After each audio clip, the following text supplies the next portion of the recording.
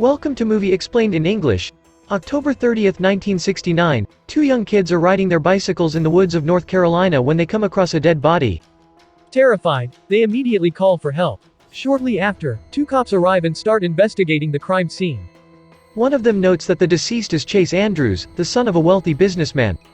Surprisingly, there are no footprints around the area. The cops then notice a nearby tower and start climbing it, suspecting that Chase fell from there. Once they reach the top, they find a broken grate.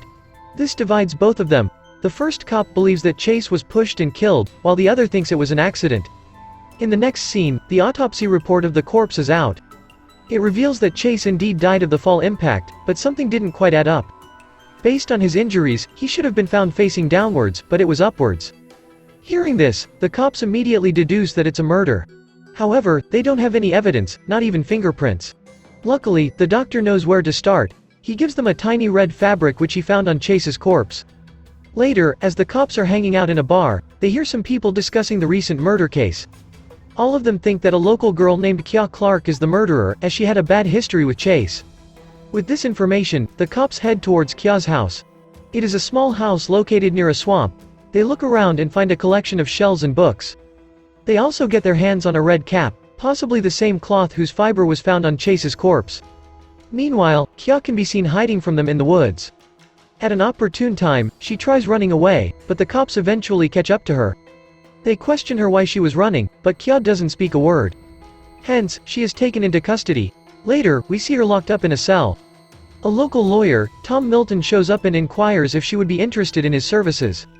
However, Kya remains silent. It's almost as if she is hiding something very deep. Tom tries to persuade her by revealing that she is going to be tried for murder. A court hearing is going to take place soon, and it is certain that she will be found guilty. Hearing this, Kya becomes scared and finally opens up about her life. At first, she describes her childhood and the movie goes into a flashback. It is 1953, and Kya lives with her 4 siblings and parents. At first glance, it appears as if they are a happy family, but the truth is exactly the opposite. Her drunkard father always punishes her mother for no reason. So one day, having had enough, she abruptly leaves. Following this, all her 4 siblings also left the house one by one. Now, Kya is left in the care of her drunkard father. The latter raids the nearby swamp for mussels, a type of seafood. Kya also tries her best to assist her father in work. Once they're done collecting for the day, they head to a local shop to sell it. The shop owner, Mrs. Mabel, is a kind woman who often provides Kya with food and clothes. She even admits her into a school, but the little girl instantly becomes a target for the bullies. Hence, she runs away, never to come back again. As the days pass, she becomes more connected to her father, and he, too, starts being nice. One day, Kya receives a letter from her mother, but since she cannot read, she asks her dad to read it. Unfortunately, as soon as he goes through it, he becomes enraged and yells at the little girl, "Your mom is not coming back." After this, the drunkard gathers all of her mom's belongings from the house and burns it. Little Kya is deeply affected by the incident, but little did she know that this was just the start of her problems. The next morning, when she wakes up, she finds that her father has also wandered off. Now, there is no one to care for her. Still, Kya does not give up. She collects mussels from the swamp and sells them to buy things in return. Mrs. Mabel also helps her with groceries from time to time. Back in the present, Kya gets a lovely dress from Mrs. Mabel, which she decides to wear for her first court hearing. The lawyer, Tom, suggests that she confess to the crime but pretend that it was an accident. With this, she would get a maximum of 8 to 10 years in prison. However, Kya asserts that she is not a murderer, so she wants to get out of prison as soon as possible. When the hearing starts, Chase's family lawyer does his best to prove that Kya is guilty. He points out that no one else would have a better agenda to kill Chase. Kya loved him a lot and wanted to marry him, but he always refused. This is probably why she called him to the tower and chucked him off of there. Hearing all this, the crowd also starts turning on Kya. They are sure that she is the murderer. Fortunately, Tom also turns out to be a good lawyer. He states that no footprints were found on the crime scene, so accusing Kya without any evidence is unfair. Meanwhile, she goes into another flashback. It is the year 1963. Kya has grown up to become a beautiful young woman. She still lives alone in her house, and does everything by herself.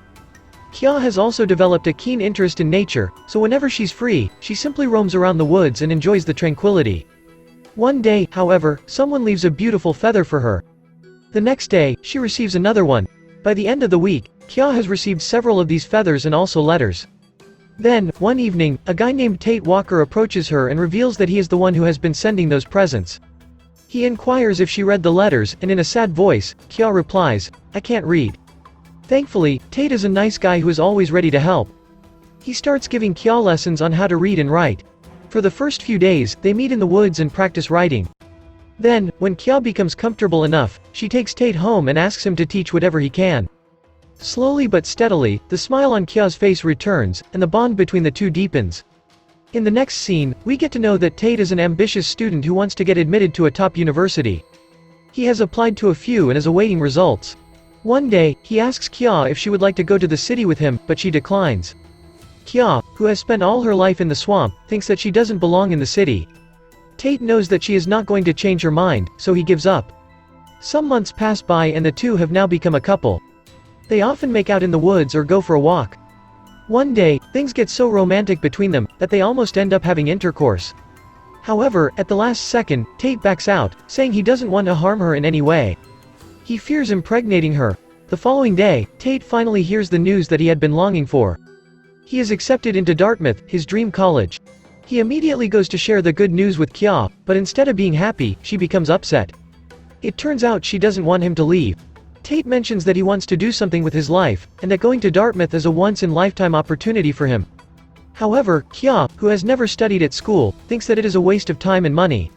She then runs away, saying, "All boys are the same." For some days, they remain distant from one another. But on the final night before he leaves, Tate visits Kya at her home and spends some quality time. The next morning, he explains that she knows literally everything that there is to know about the fauna and flora of the place. So, Tate provides her a list of publishers, saying she should write a book and send it to them. Kya thanks him for it, and asks if their relationship is over. In response, Tate promises that he will meet her on the 4th of July. With him gone, Kya returns back to her monotonous life. However, now, she has something to keep her occupied.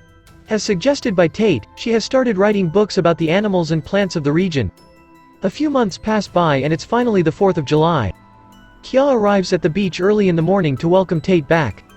Unfortunately, even after hours of waiting, he doesn't show up. Kya breaks down in tears, thinking he has left her for someone else. Back in the present, the cop who initially investigated the case is called up to the court. Without further ado, he starts taking Chase's side, and explains that there were no fingerprints or footmarks on or near the corpse. He believes someone erased them cleverly. Tom counters by mentioning that the prints might have been erased to high tides, which is very frequent in the area. He then whips out a petition, dating a year back, which writes that the tower is severely damaged. Anyone climbing it is risking their own lives. Hearing this, the entire crowd gets confused and the case swings in Kya's favor. Following this, the movie again cuts back to the past, to the year 1968. It has been several years since Tate left, so Kya has already gotten over her. One day, she finds some government officials checking out her house. When she inquires with Mrs. Mabel about it, the latter replies that they are developers, who are acquiring land to build hotels. This shocks Kya as she cannot even think of leaving the house. Hence, she gathers all the necessary paperwork of her house, and submits them to the developer. It reveals that she is indeed the owner, but there is one problem. Kya will have to pay off the pending tax, which amounts around $800. Since she cannot earn them by selling shells, Kya reverts to writing. After weeks of hard work, she finally finishes a book, and sends it to all the publishers from Tate's lift. One day, while at the beach, Kya meets a handsome young man, Chase. They clearly notice each other but don't talk. However, the next day, when they meet again, Chase confidently asks her out on a date. Kya, who hasn't been in a relationship for years, says, yes, immediately. In this way, the two kickstart a relationship, and begin spending most of their days together. The smile on Kya's face also starts to reappear. One day, she gets a reply from one of the publishers, saying they are ready to print some copies of her book. The news elates Kya, and when LSHE shares it with Chase, he suddenly asks her to marry him. Kya stares at him for a few seconds, then accepts. As a symbol of approval, she puts a seashell necklace around his neck. In the present, Chase's mother has arrived in court to give her testament. She reveals that the necklace was not found around her son's body at the time of his death. So, she suspects that Kya eliminated him, took his necklace, and then removed all the evidence. However, Tom mentions that they shouldn't come to a conclusion just because of a missing necklace. Back in 1968, Tate finally arrives home after graduating from Dartmouth. Unfortunately, the very first sight he sees Kya spending time with another guy. The next day, while he is working at the dock, he overhears Chase talking bad about Kya. He immediately confronts Chase, and the two get into a fight. Fortunately, they are soon separated by some other workers. That night, he goes to Kya's house and explains that he couldn't come back because he was too focused on his studies. But now that he knows her value, he will never leave her. Tate also asserts that Chase is a bad person who likes playing with other girls' feelings. Sadly, Kya does not believe in any of it, so she asks him to go away. Now, she just wants to be with Chase. Unfortunately, one day, Kya learns that Chase is actually engaged to another girl. This breaks her heart, so she ends her relationship promptly. Everything is not bad for her though. The next morning, Kya gets the book that she had published, along with a check of $5,000. She will also have to attend an important press conference in Greenville. Kya is over the moon to have earned such a large amount, so she quickly clears the house tax. With the remaining money, she renovates her house. Just when it seems like Kya has forgotten about Chase, he shows up in her life. He tries to lie that he only loves her, but Kya is not having any of that BS. She asks him to go away from her life, but Chase instead tries to force himself on her. When nothing works, she smashes him in the head with a rock. Before leaving, Kya warns Chase not to bother her again, or else she will kill him. In the following days, she mostly stays hidden, so as to not get seen by Chase. Finally, after a week, she heads to Greenville and attends the press conference. Back in the present, Tom tries to prove that Chase wasn't in the city when the murder took place. In fact, she was in Greenville, attending a press conference. Tom asserts that it is nearly impossible to board a bus home, kill a guy, wipe out all the evidence, and then return back. At last, before concluding his speech, he just mentions that justice should be served. After a few hours, the judge finally comes to a decision. He says, not guilty. He also apologizes to Kya for all the accusations and the time she spent in jail. In the next scene, Kya reconciles with Tate, and the two get married. They start living happily in the swamp, doing the same work they used to. After more than 50 years, Kya passes away in her favorite boat. In the final scene, as Tate is going through his late wife's belongings, he comes across one of her older books. In it, a chapter reads, "Sometimes for the prey to live, the predator must die." After this, Tate finds a drawing of Chase, and the same locket Kya had presented to him. It is covered in blood, indicating that she did actually kill him. That's my explanation for the movie, Where the Crawdads Sing. Where the Crawdads Sing is an American mystery thriller movie, which was released in the year 2022. Before leaving, if you like the video, please subscribe the channel. Your one click means a lot for us. Subscribe for more videos like this. So what do you guys think about the movie? Write in the comment. Turn on the notification, and leave a like to help the channel out. Thank you for watching.